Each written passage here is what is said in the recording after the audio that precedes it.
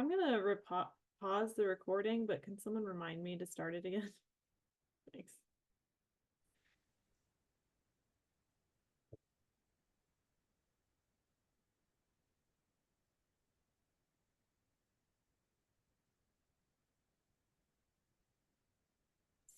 Evan Mercedes is here. Yeah. Oh, good. Oh, somebody from Corvallis is here too. What? Uh-oh, Leela's internet just went out. Oh, no. Should have been in the office.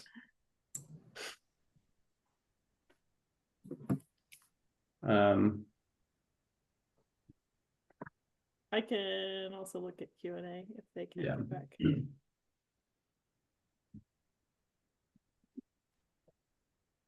June Hartley is on. See that. Well, are we ready? I would say go ahead. Should I admit? Should I start sharing screen or wait? Start sharing screen. That way they know they're in the right spot. Hillary, what are you doing? We have a piece of paper.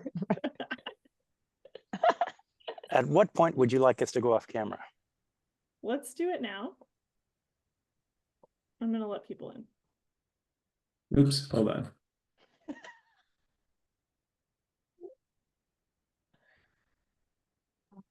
All right, you're good. Can we stop recording and then restart? Yes.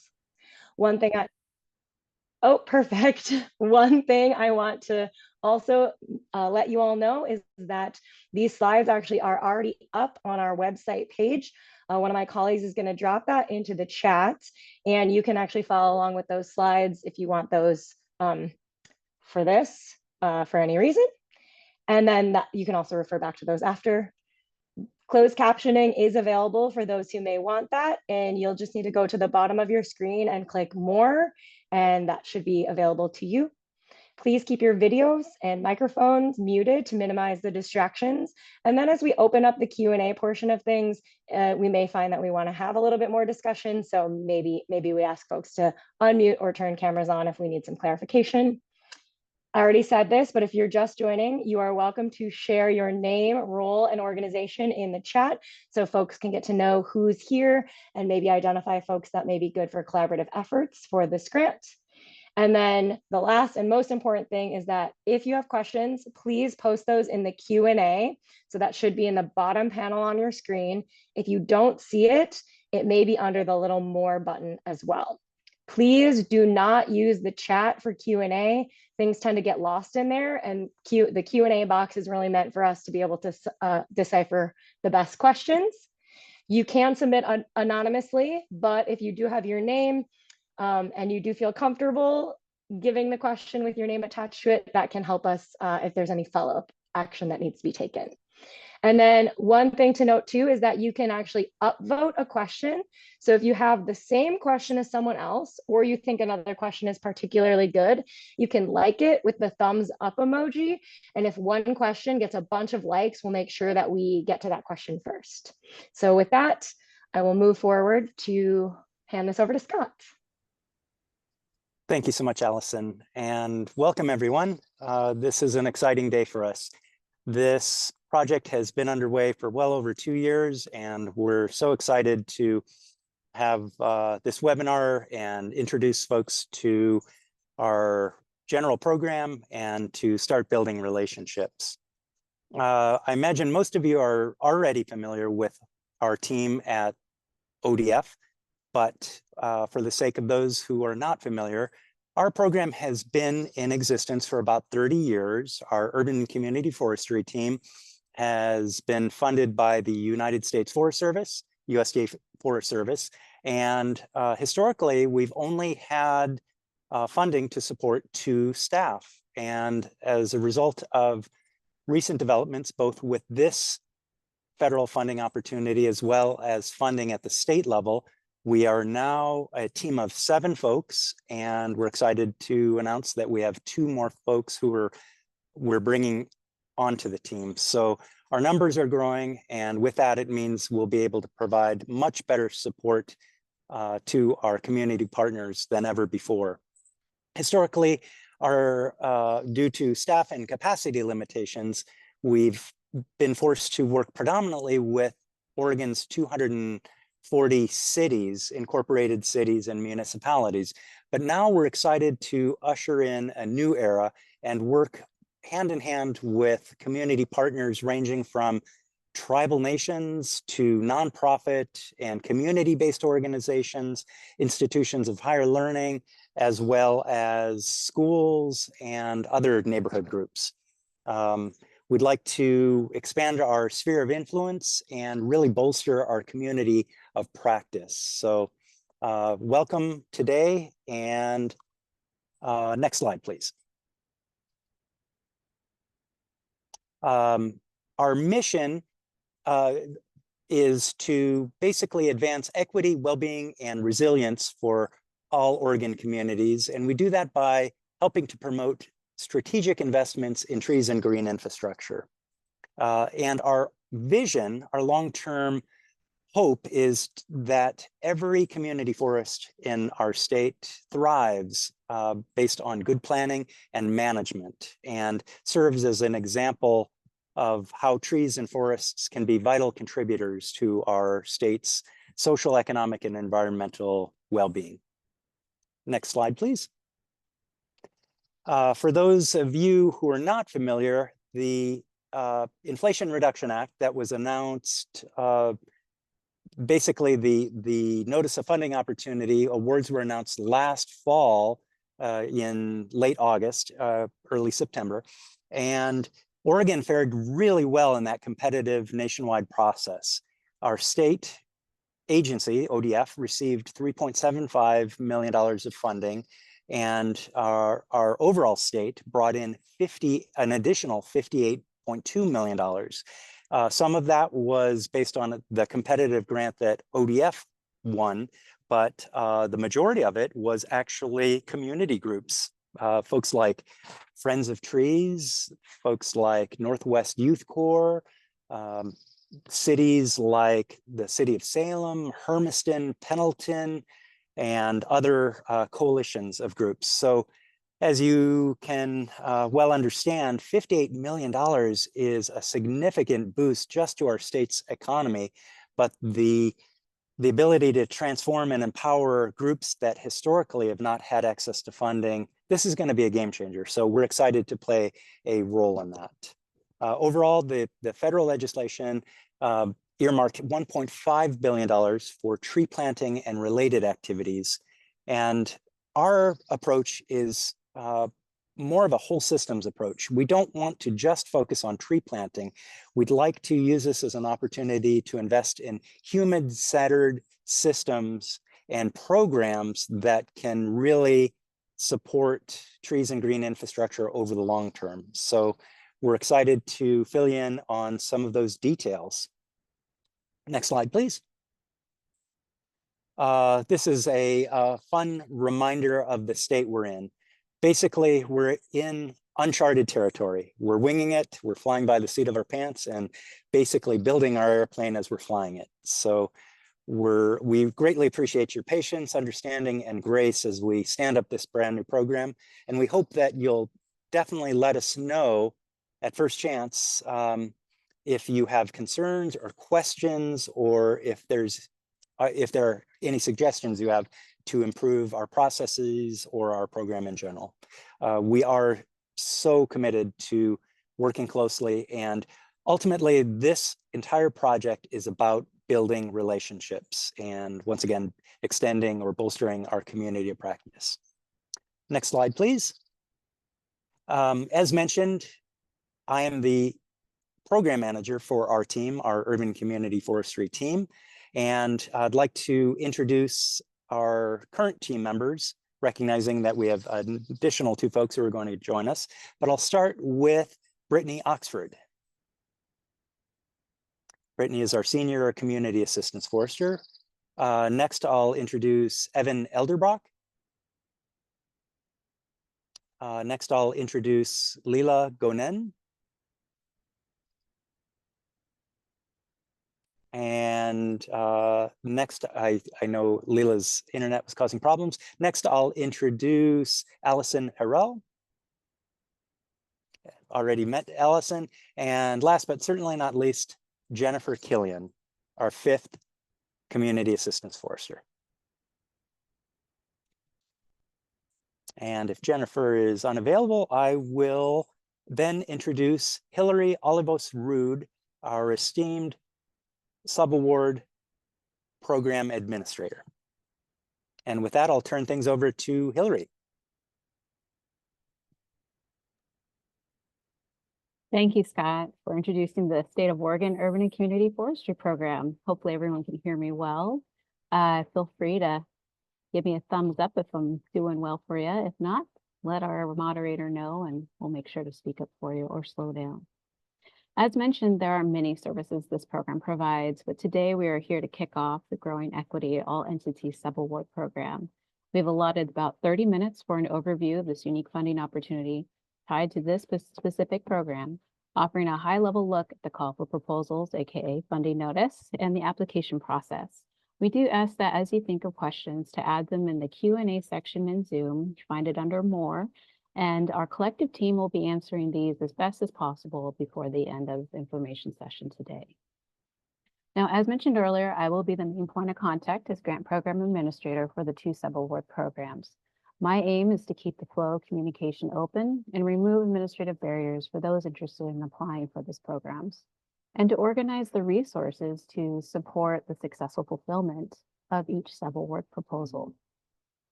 This aim, coupled with the collective UCF team, the Urban Community Forestry team you've met, drive and passion for this work, we plan to deliver a program that enhances communities across Oregon.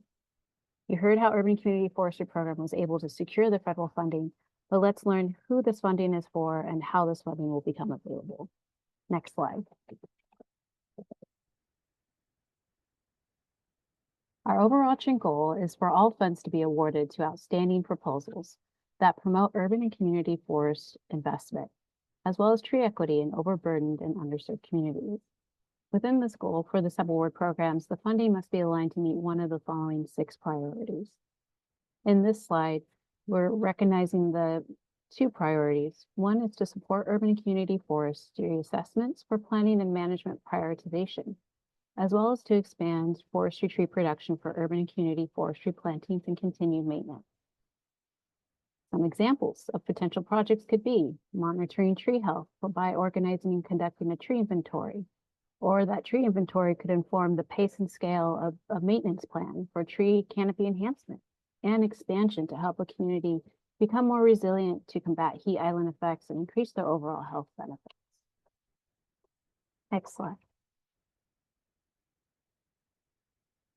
Additional priorities that proposals could include culturally responsive urban and community forestry related education, engagement, or immersive experiential outdoor recreation and community building initiatives, even workforce diversification and development in the urban and or community forestry spheres. We understand proposals will be uniquely crafted to meet the growing needs of neighborhoods already in the deficit with minimal to no tree canopy, natural areas or green spaces for families to enjoy, kids to play in, or seniors to harvest from food forests. So be bold in generating these ideas for projects or program services. Encourage you to ask questions. Does my project or program proposal meet more than one priority outlined today? And will this work serve the community in the short term, but have long-term, if not generational impact? Next slide.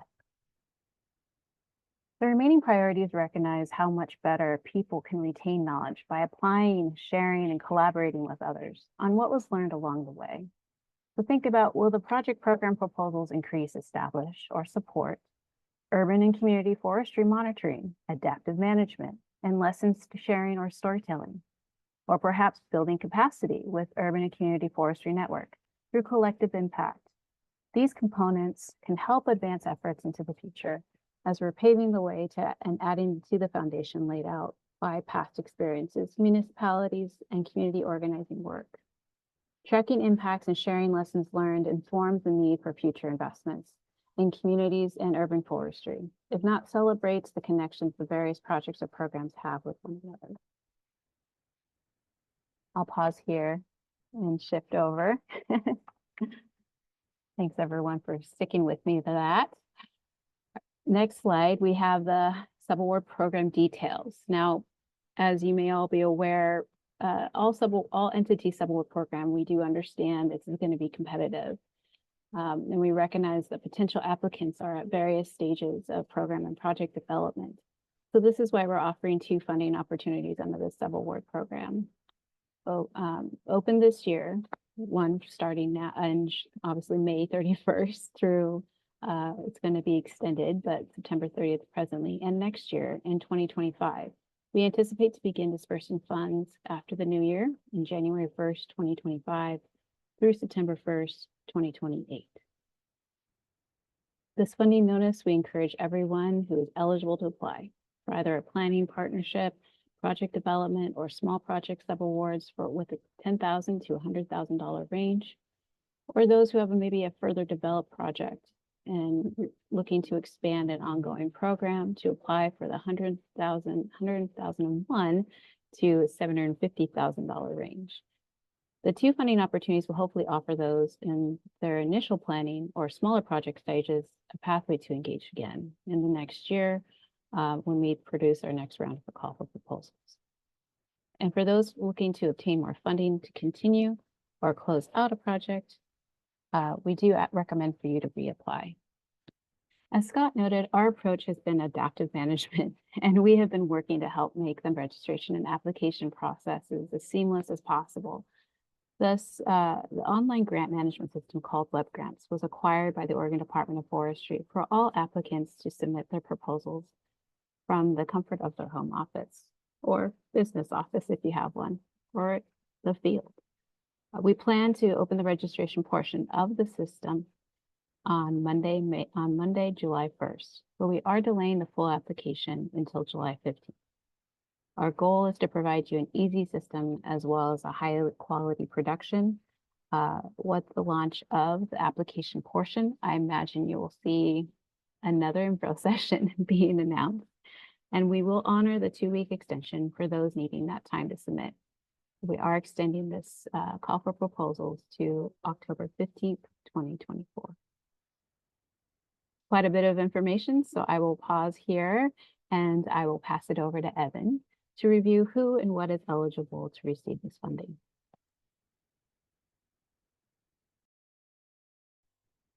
Thanks, Hillary, and howdy, folks. Evan Elderbrock, again, Community Assistance Forester in the Urban and Community Forestry Program. And I'm going to run through some of the different eligibility requirements for this subaward program. So first off, who is eligible to apply?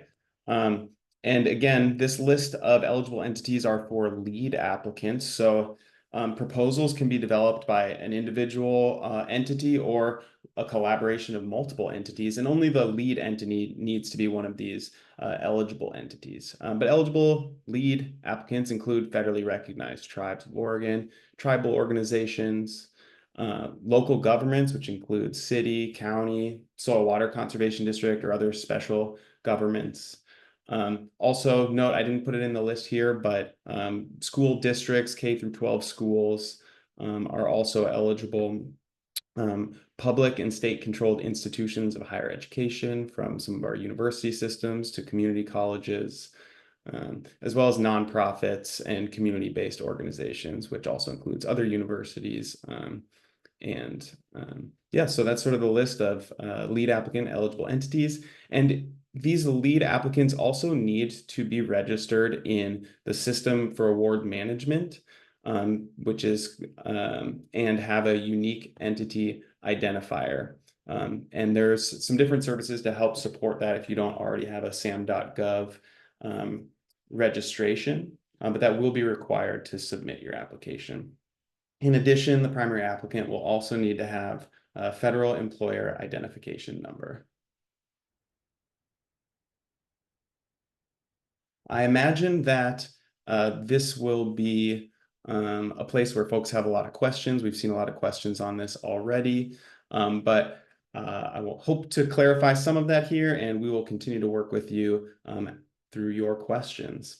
So just to give a little bit of background, when we applied for funding through the competitive notice of funding opportunity, we asked for a match waiver, which in order to receive a match waiver, we needed to commit to 100% of the proposed benefits from this funding going to either federally recognized tribes or disadvantaged communities as identified by various Forest Service approved tools or geographies. So we've worked with the Region 6 Forest Service Office to identify what tools have been approved and what geographies have been approved to qualify as disadvantaged or federally recognized tribal communities. So the tools are listed here: the Climate and Economic Justice Screening Tool, the Environmental Protection Agency's Inflation Reduction Act Mapping Tool. Those each use census geography, a combination of environmental burdens and socioeconomic characteristics to identify disadvantaged communities or federally recognized tribe areas. In addition to that, we've received approval for projects on Title 1A school campuses. So those school campuses that Oregon Department of Education has identified for increased funding.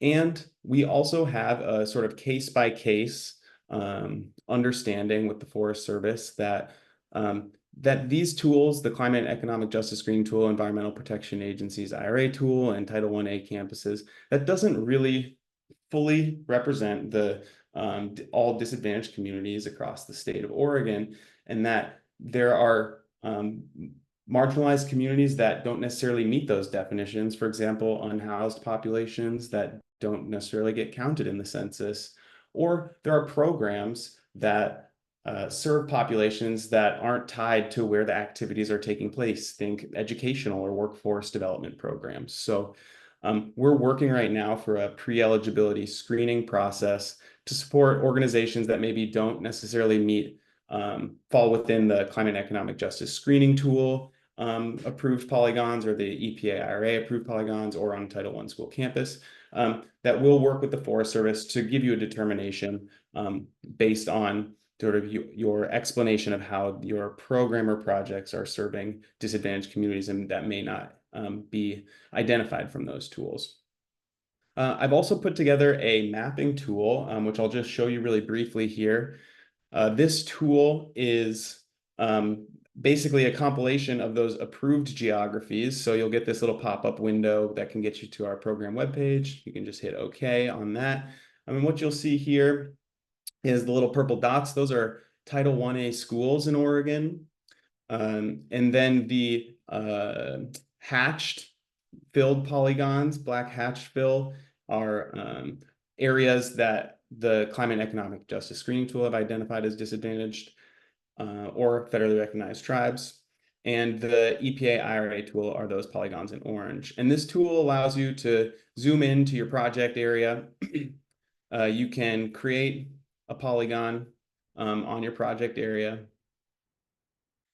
And then you can export that as a PDF. As a part of our application, we'll ask you to use this tool to show us where your projects are taking place and to verify that the projects are meeting that geographic eligibility criteria. And if you're using other tools, we'll require an explanation of that and for you to identify which tools are being used.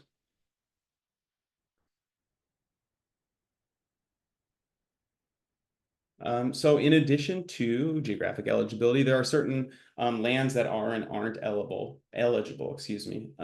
primarily if lands are federally owned, with the exception of trust lands, those lands are not eligible. But other than that, pretty much all lands within the state are eligible for funds.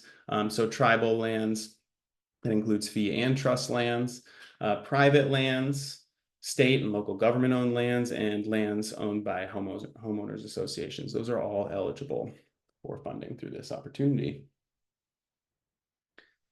There are a lot of details related to which costs are and aren't eligible for this program, and I recommend looking closely at the call for proposals for more details on this.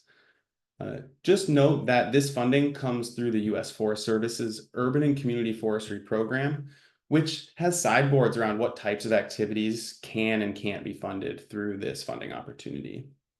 Again, if you have questions about specific costs or activities, please feel free to connect with the Urban and Community Forestry Program staff, and we'd be happy to assist you.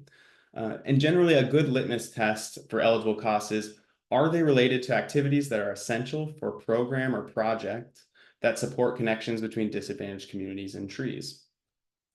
And some eligible project or program components include, but are not limited to, hiring employees or contractors to support program development or implementation, developing and supporting urban and community forestry training programs, internships, apprenticeships, and professional certifications, conducting urban and community forestry public outreach and education, building urban and community forestry partnerships or relationships, developing strategic canopy analysis or management plans, school greening projects, growing, planting, and maintaining trees in urban and community forests. And there are many other potential things that could qualify, and please reach out to connect with us if you are unsure if the activities will qualify.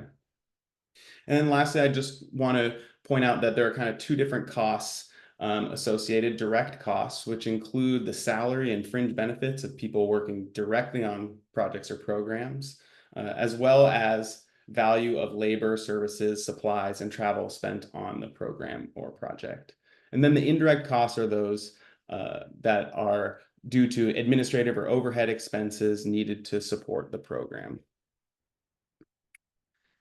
And this list you can also find in the call for proposals of known ineligible costs, which include basic research, construction and capital improvement, land acquisition, cost sharing programs with private landowners, small business startup funding, equipment purchases, which are defined as any single item that costs more than $5,000, purchase of gift cards, food or catering services, and childcare services. And at this point, I will pass the baton over to Brittany, who's going to share some information about the proposal requirements themselves. Thanks, Evan. Hi, everyone. In case we haven't met yet, my name is Brittany Oxford. I'm also a community assistance forester. And I'm just going to use the next few slides to talk with you all about what you'll actually need for the proposal, and then how that will be evaluated, and then notice of funding. So first, what we need, information that will be asked. We're going to need eligibility information, which is where you'll need to show how your organization and your project meet eligibility requirements that Evan just talked about. So you'll be asked questions like, who is the lead applicant? Where is the project taking place? Who's benefiting from the project? And then provide things like your SAM.gov registration and federal tax ID. The next set of information that you'll need is about the applicant and partner. So this is where you'll outline your team's roles, your previous experience, and if you are applying as a partnership or coalition, you will need your other partner organizations to submit letters of support. So that's something you can start putting together sooner. The next thing that you'll need is program and project information. So details and questions are going to look like, what's the title of the project, the description, what are the goals and activities, timelines, risks, and outcomes. And then lastly, you'll be asked for information about your budget. So this is going to look like line item expense information with supporting justification and narratives. And just to let you know, proposals will not be evaluated until after the application deadline closes. So although this does seem like a lot of information to start getting together, you will have time to start preparing for some of this. Next slide, please. So what does the evaluation process actually look like once you've submitted your proposal? First, proposals will be assessed by the United States Forest Service and the Oregon Department of Forestry's urban and community forestry programs, so that we can make sure that they meet the parameters of the funding opportunity and help you so that they do if needed. Then proposals that meet eligibility requirements will be assessed by review panelists. And what those folks are going to look at are the following 5 evaluation criteria. So number 1, what is the relevance to the urban and community forestry subaward program priorities? So these are all of those items that Hillary went over at the beginning of our kickoff here. Then they'll be looking at feasibility and clarity of your implementation plan. What is the potential impact of your program or project? What does the budget realism, cost effectiveness look like? And lastly, what has your program project team experience been in the past? On the next slide. So a little bit about evaluation scoring and notice of funding. Proposals will be scored using the following system. So each component of your proposal will be scored on a 1 to 5 scale, 1 being the lowest and 5 being the highest possible score. Review criteria scores. So under each criteria that I just talked about with the 5, there'll be different components to that. So under criteria 1, there will be a couple of questions that will be scored, and then you'll get an average for that criteria score. For the proposal's overall score, it would be an average of each of those 5 criteria scores. And if your proposal has an overall score greater than 3, then it is eligible for funding. And then it will be assessed and ranked, looking at things like what do the other eligible proposals look like, thinking about overall merit, geographic distribution, and our subaward program priorities. And then all applications will be notified in writing of the funding decisions within 3 months of the submission close date. So with that, I'll kick it back off to Hillary.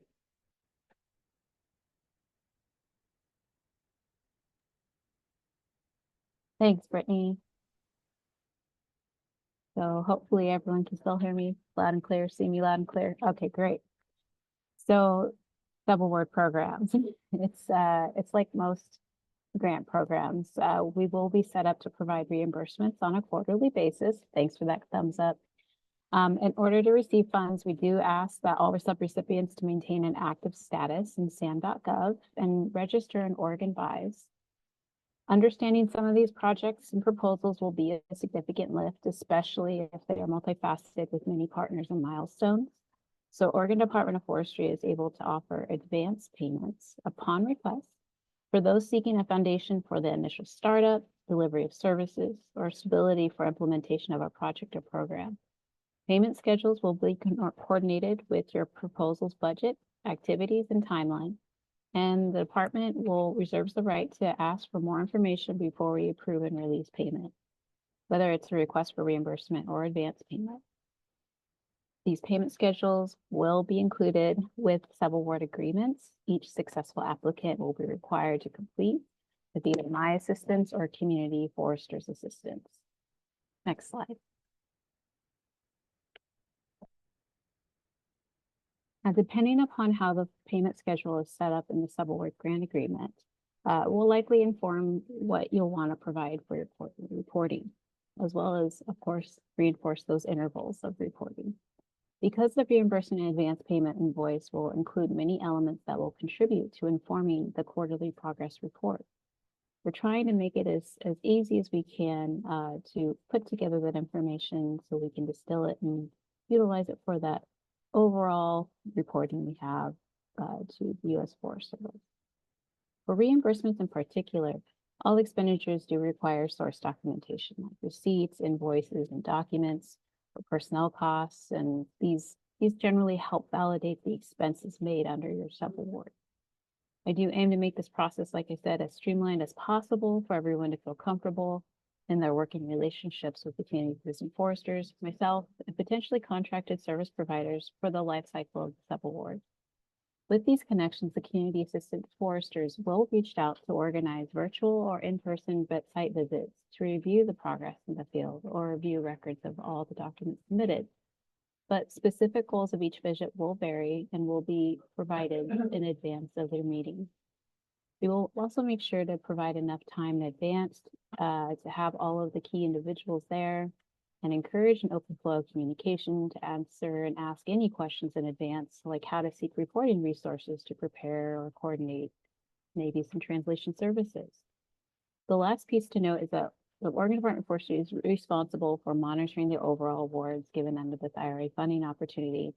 And so we will be reaching out if we observe no to minimal progress within the first year of the award. If no progress is documented, then we may send you a notice that is a modification to your subaward agreement. As an example, this could be an adjustment to funding levels to match the budget of the shifted project or program's timeline. So enough about process. Let's take a break and hear about all of the grant resources available through the Subaward program and how to access the information we discussed today. Jennifer, take it away.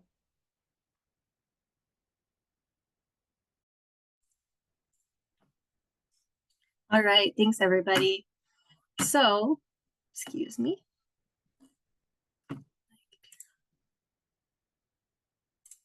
All right. At this point, when you're ready to start your application, you can access, Sorry about that. I think Okay. I blipped for a sec, so I'll get it. I'll wait for the PowerPoint to come back up. Are we back? We're back. Okay. Okay, sorry about that. No problem. At this point, when you're ready to start your application, you can access the online portal directly through the ODF UCF Subaward program page. Excuse me. Simply use your preferred online search engine, ensuring you specify Oregon Department of Forestry, UCF Subaward, or some sort of combination of those words to land directly on your dedicated Subaward webpage. For your convenience, I do recommend bookmarking this webpage for future reference. We're dropping that link in the chat. You'll probably be using it quite a bit. On this platform, you'll discover information about the subaward, available resources, and the option to schedule personal consultations with our community assistance foresters. Most importantly, you'll be able to easily begin your application with the apply button, which we have highlighted here in yellow. Please note that the application portal is currently being finalized and is expected to go live soon. We will send out relevant information about that update. Additionally, we plan to conduct a second webinar just like this one in July, offering a detailed tutorial on navigating the online portal. Further details about this webinar will be available soon. Next slide, please. Our dedicated team of community assistance foresters that you've met here today are ready to provide tailored support that best serves you and your organization's needs. Our support encompasses a range of services that include but are not limited to program project development, eligibility assessment, and budgeting. A particularly exciting aspect of our services includes specialized contracting for grant writing. Additionally, our webpage features a subaward assistance questionnaire designed to help our team gather, inventory, allocate, and distribute resources necessary from applicants. We are especially enthusiastic about our new booking platform, some of which some of you have already taken advantage of, allowing you to schedule personalized consultations with one of our community assistance foresters. Initial meetings with interested organizations have been highly productive. If you have been on one of these meetings, feel free to tell us what you thought. Lastly, we want to highlight again that another opportunity to apply for this funding will be available in 2025. And with that, I'll kick it back to Evan. All right, folks. So just for a quick wrap up here on the process side of things, you can find this diagram, which has either been updated with the new dates or is being updated and will be in there soon. It is in the last page of the call for proposals.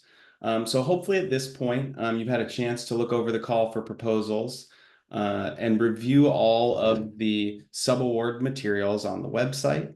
You are now obviously in the information session, or if you're not here, maybe you're listening to it sometime later. Hopefully most of this stuff, if you've reviewed the call for proposals and other materials, should sound pretty familiar at this point. The next step in the process is to begin proposal development. If you haven't already started on that process, we really want to encourage folks to complete that subaward assistance questionnaire that Jennifer just highlighted. That helps us provide support, the tailored support to you, and know what kinds of resources you're looking for.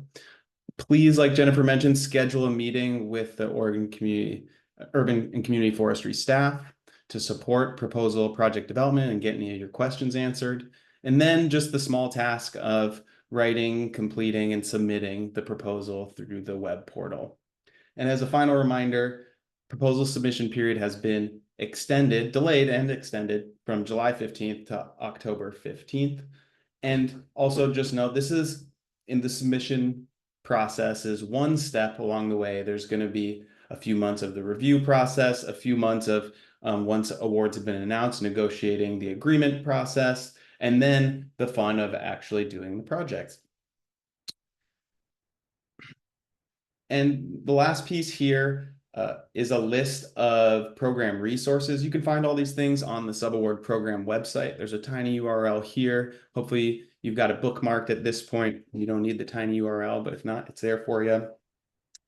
And these are a bunch of the available resources that we have for you. Please make use of them and let us know if there's things that are missing from our resources. We love to support answering your questions and adding to our resource base. And with that, I'd like to pass it back to Scott for some final thoughts before we go to Q&A. Thank you, Evan, and thank you, UCF team, for all that amazing information and all the work you put into helping to stand up this program. Final thoughts are, at the end of the day, this Subaward program is really about, as mentioned before, building statewide urban community forestry capacity and really bolstering our extended community of practice. And regardless of which projects and programs end up receiving funding, our goal is to use this as an opportunity to lift up and benefit all community partners, whether they are successful at receiving funding or not. Please remember that this is a great opportunity to take things to the next level and just one of numerous opportunities moving forward. So if for some reason you're not successful in this endeavor this time around, please don't be discouraged. Stay in touch with us. We are committed to working with you and collaborating.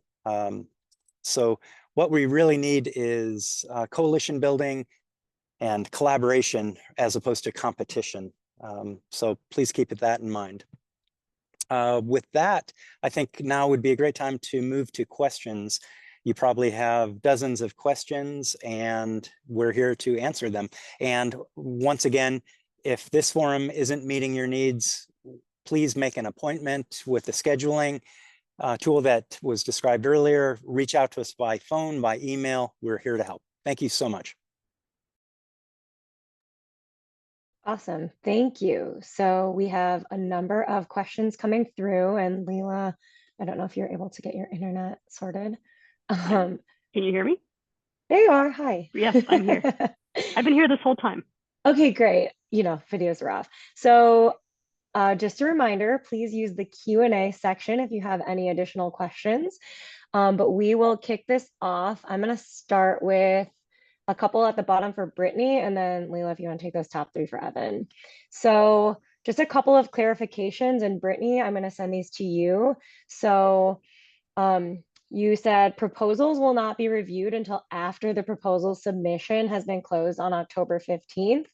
But can you clarify what services our team offer as far as pre? Yeah, so there's kind of two things. There's like our programs like community assistance, forester support. So looking over things, maybe helping you with whatever questions you have, and aligning things and moving you in the right direction. And that could come from the community assistance forester team ahead of the actual formal review process. But as far as the review panel and everything, correct me if I am saying something wrong, Scott or team, but that won't happen until after the close of the October. Great. And then I'm going to segue into this next one, which Evan may want to jump into at some point, but it was, what is the process and timeline for the U.S. Forest Service eligibility determination? And does ODF facilitate that prior to the application? So you sort of answered that, but I don't know if you wanted to add anything. Evan, do you have? Yeah, I can jump thoughts in there? here, or Hillary, feel free to as well. We're, because we've received a lot of questions about the two other government-sponsored tools, we want to support you all in not having to go through the entire grant writing process in order to get to after October 15th to learn whether or not you're eligible. That seems like a pretty heavy lift. So Hillary and I have put together a pre-application eligibility form. It's an abridged version of the larger subaward proposal form, and it will help us understand which tools you're using, why your argument for why the communities you're supporting should be considered disadvantaged under this program, and give us a little bit of information about the project or program you're implementing in addition to that. So you should look for that in the next week or two to come out. And our plan with that, we've like Scott said, think back to the airplanes. We're still building it, and please, we appreciate your grace with this. We just connected with the Forest Service about this, and we're working through the kinks. But the plan would be you'd send that to ODF, we'd review it and send it to the Region 6 Forest Service office. They would help us come to a determination as to whether it applies under the IRA funding, and we get back to you as soon as possible. I don't have an exact timeline for how quickly we could get that back, but hopefully within a week or two is sort of the goal. Great, thank you. I will take on, I think, the first 3 questions that were asked during the session. So first, would non-federally recognized tribes qualify to apply? Since Oregon does have non-federally recognized tribes that do have a proven history in Oregon. Evan, Hi. maybe, or Hillary? Yeah, I can provide feedback with that. Thank you. Hillary Olivos, just for everyone, and I don't know if I've officially met everyone here, and I would love to see faces if you all would want to engage, since now we're at the question Q&A part. There we are. Hi, everyone. So as far as yes, for the all entities subaward program, to get your answer, yes, all entities can apply. So that is including Indigenous communities, non-federally recognized tribes. Awesome, thank you. Next is a question about geographic eligibility. Can the heat vulnerability index tool developed by Oregon Department of Energy be used to justify a project? I can jump back in here. Again, I think this would, we've worked with the Forest Service to get the list of approved tools at this point, and we welcome any justifications you can bring to the table in terms of rationales for why the communities that you're supporting qualify as disadvantaged, are overburdened with environmental burdens and underserved. And we totally recognize that the CGES tool and the EPA IRA tool are coarse, and also quite frankly don't include all relevant data related to urban and community forestry. So I think the tree equity tool is another one to look at. We can pop that in the chat if folks don't already have access to that. And so please, yeah, we'd be happy to schedule a meeting if you're working on coming up with that justification and talk through it with you to support that process. Because at the end of the day, we hope to support disadvantaged communities and federally recognized tribes in Oregon, and are clear-eyed that the tools that we have approved right now does not cover the entirety of those communities. So Great. Next is a very popular question. I got 5 thumbs ups. In determining whether the applicant qualifies as a disadvantaged community, what if only one area of a city identifies as such, but the proposal involves a tree inventory for the whole city?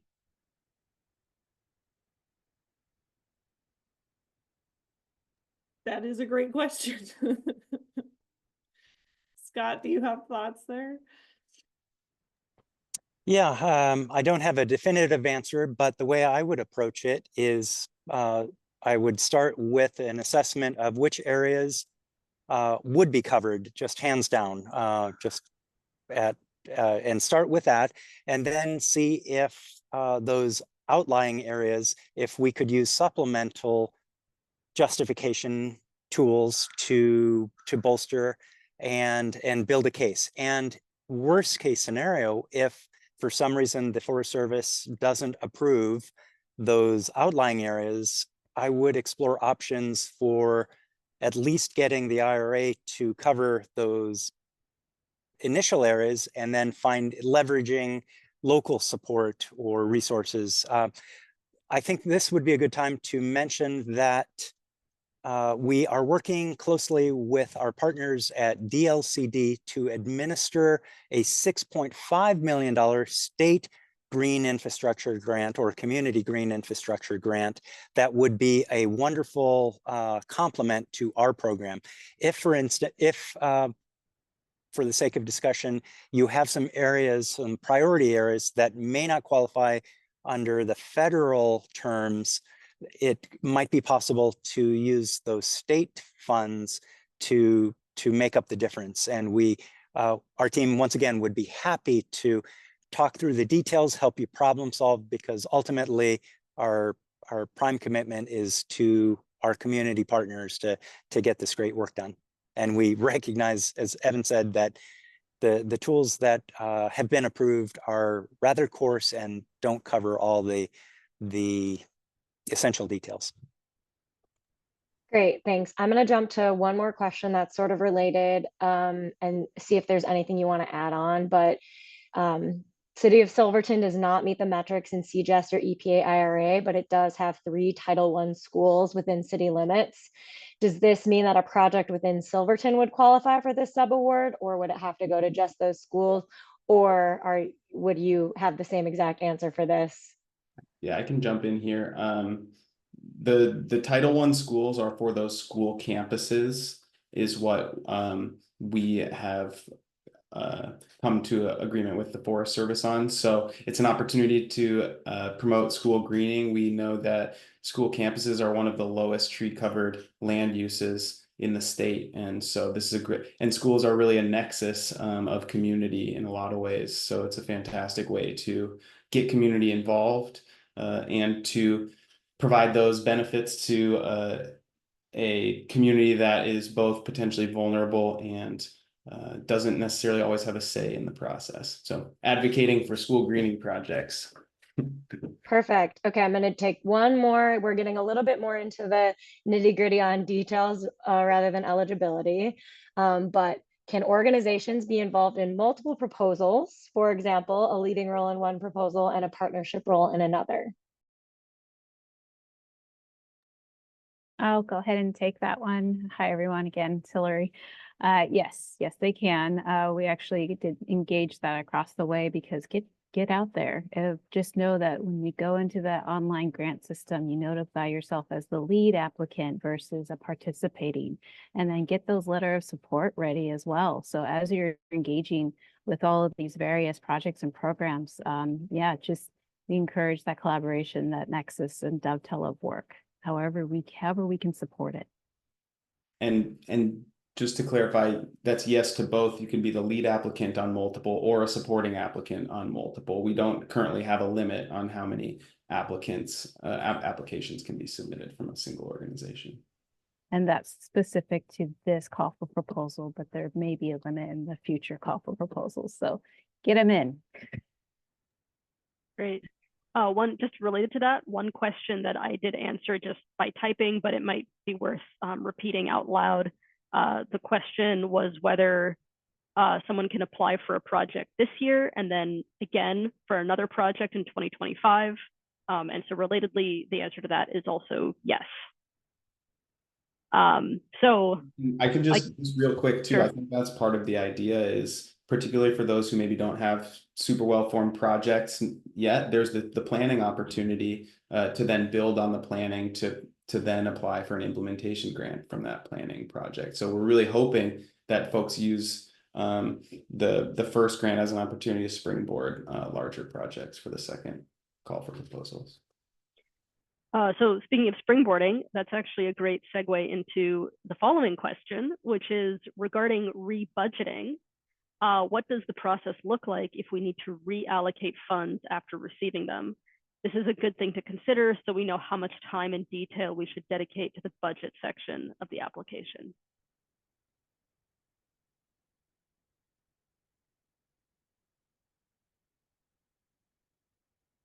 Who wants to take that on?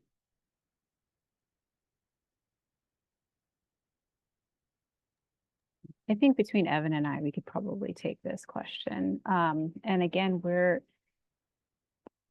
hopeful that the budget schedule that we produce and for your subaward agreement will have that little bit of flexibility built in. But we also want to be realistic with certain phases or milestones that might be identified during your project and program proposal. So I would say if you can, schedule a booking time with one of our community assistant foresters and walk through some of those precautionary tales of what if, how long could we, there could be resources out there available that we can contract for you and get more specificity relative before you submit your official budget to go with your timeline.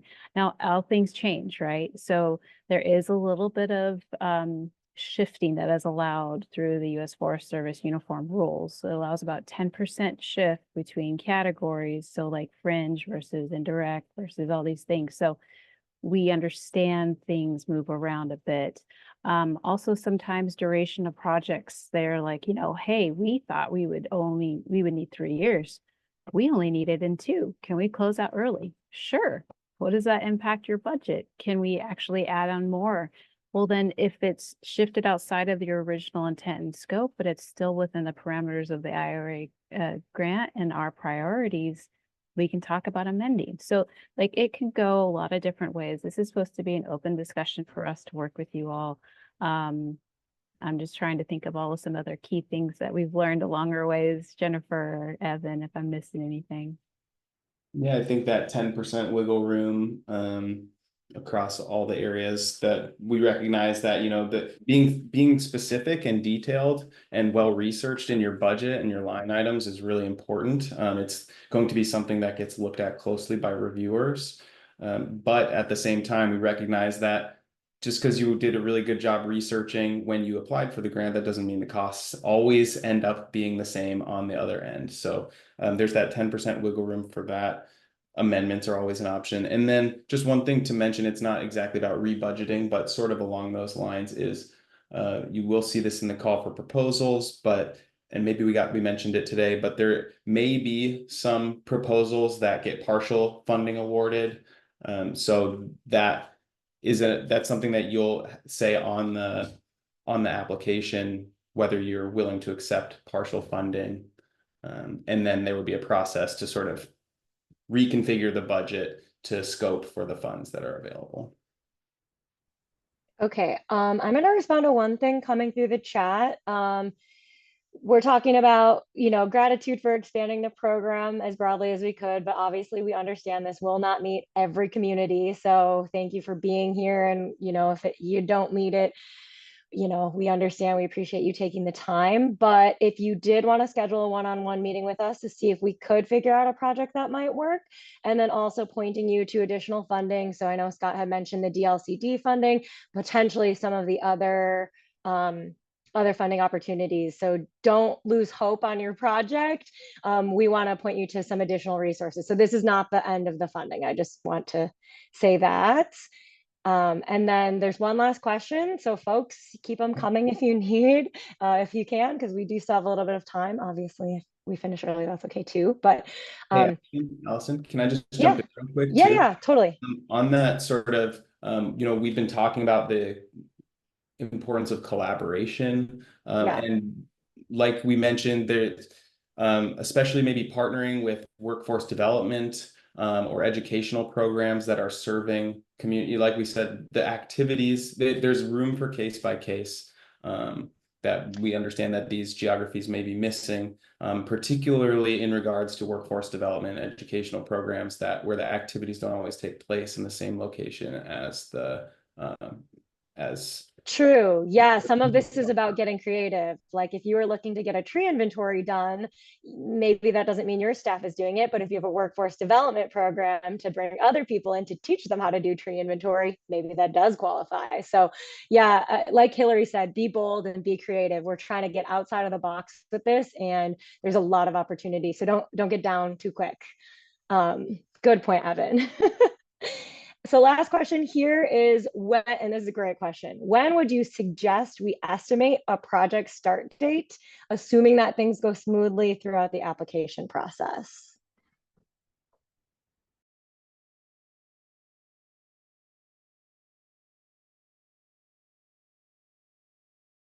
I think that's probably Hillary.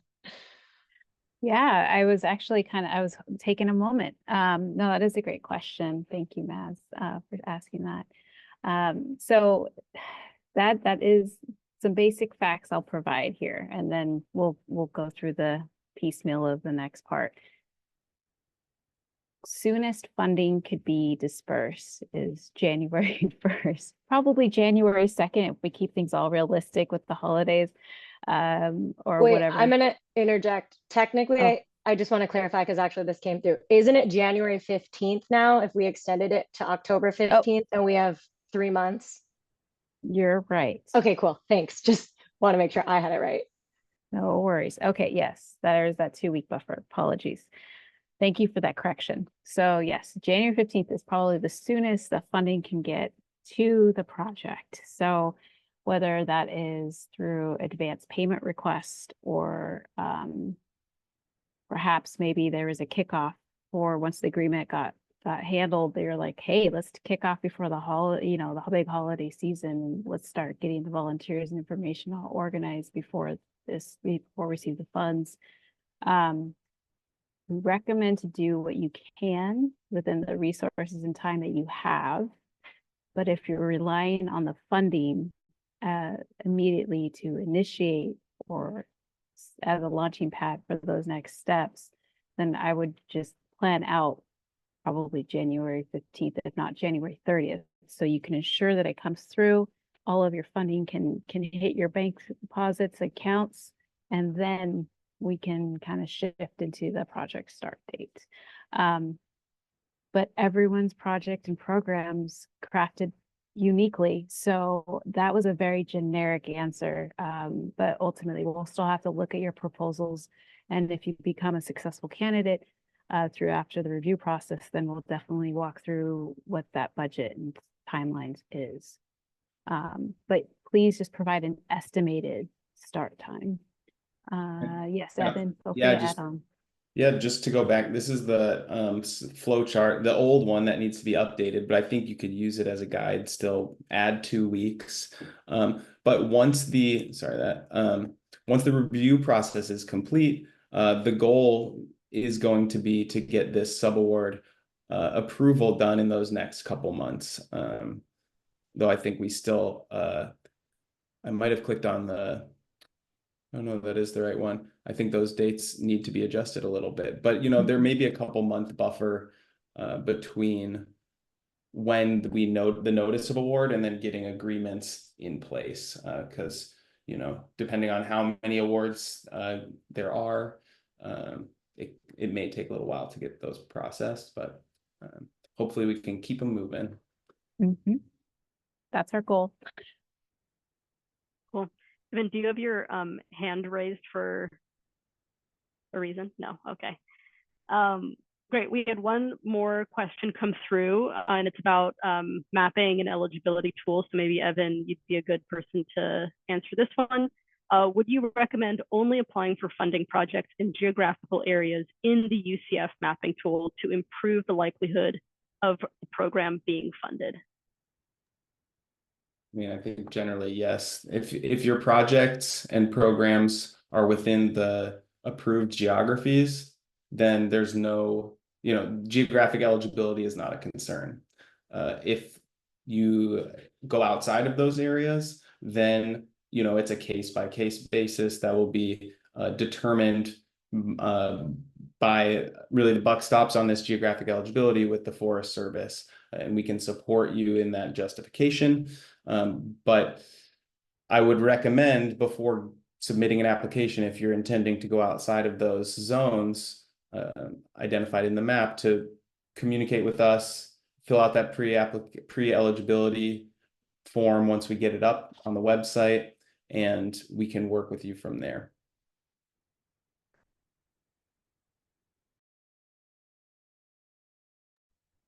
Well, if anybody has further questions, our team is still available for the next 20 minutes. But if nobody has any pressing questions, we can start to close things out here. Please use those tools that we had given as far as bookings, see our website, prepare as you can for those meetings. And yeah, I don't know if anybody else has a closing remark. I didn't plan for our closing remark. I guess Also, just if thank you. yeah, thank you. And as Scott mentioned, if this is not the best forum for you to engage, or maybe you're just watching so you can like understand the information, pass it along to someone in your network, we do encourage that. Also, we're going to throw in here our general inbox. Everybody in our team sees it. So if you have a question that comes up after this conversation, this information session, please throw that in there. So we'll share that with you here shortly. Thank you again. And I think at this point, if you have a question, you could probably just pop on the audio and chat with us.